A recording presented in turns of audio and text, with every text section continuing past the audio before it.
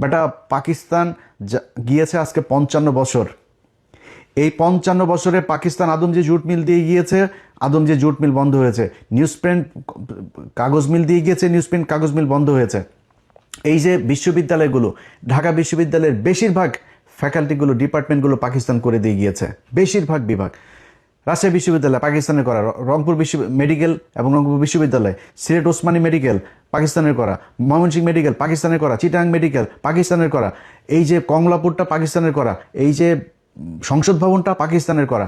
স্বাধীনতার অর্জনের মাত্র 2 বছর আগেও যখন খুব তিক্ত সম্পর্ক, তখনও পাকিস্তানিরা এখানে জাহাঙ্গীরনগর বিশ্ববিদ্যালয়টা করে গিয়েছে 1969 সালে। গুগলে সার্চ দিয়ে দেখ এই জাহাঙ্গীরনগর বিশ্ববিদ্যালয় কবে প্রতিষ্ঠিত হয়েছে।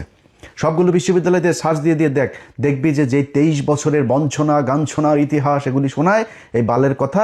এই পাকিস্তানিরা এই 23 বছরে এই জিনিসগুলো করে দিয়ে গিয়েছে। যদি না হইতো, বালটাও হইতো না। 1974 সালে খালি এই চারুকলাটা হয়েছে, এর বাইরে আজ পর্যন্ত না হয়েছে কোনো নতুন বিশ্ববিদ্যালয়, না হয়েছে ফ্যাকাল্টি। এইটার নামই বাংলাদেশের স্বাধীনতা।